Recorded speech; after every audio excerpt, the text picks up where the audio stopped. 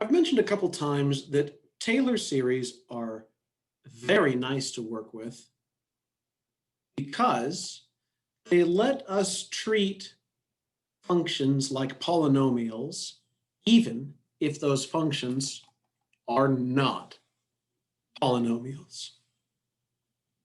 So, okay, yeah, it makes sense that I've got a bunch of sums of powers of x. If that's finite, that's got to be a polynomial. If that's infinite, then that's a power series. But what exactly makes this a useful idea? That a function that's equal to its Taylor series, well, that's basically a polynomial plus some little error term. So we talked about this previously, that a Taylor series can be chopped off somewhere, leaving just a regular polynomial.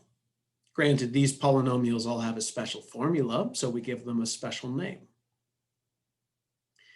So the nth degree Taylor polynomial of the function f at a, or centered at a, or about a, all of those different flavors of vocabulary. The formula is this.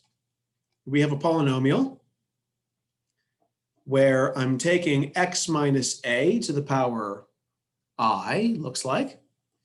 The coefficient here is going to be the number I derivative of the function f, evaluated at x equals a, all divided by I factorial.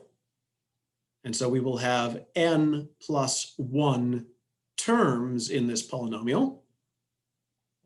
The highest degree of them will be n. So this will be a degree n Taylor polynomial. So written out fully, I might say this has a constant term, which is the function evaluated at a linear term, the coefficient is f prime of a, all divided by 1 factorial. There's a quadratic term, the coefficient is f double prime of a divided by divided by 2 factorial, and so on.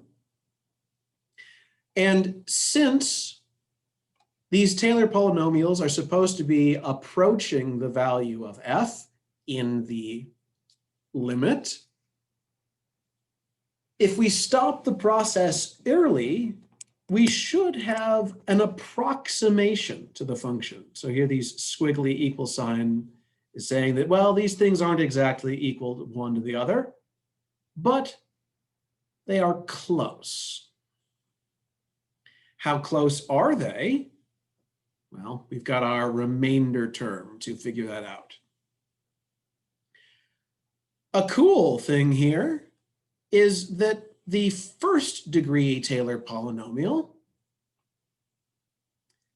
what is that going to be? Constant term is f of a. Linear term is x minus a times f prime of a. This is just the formula for the tangent line.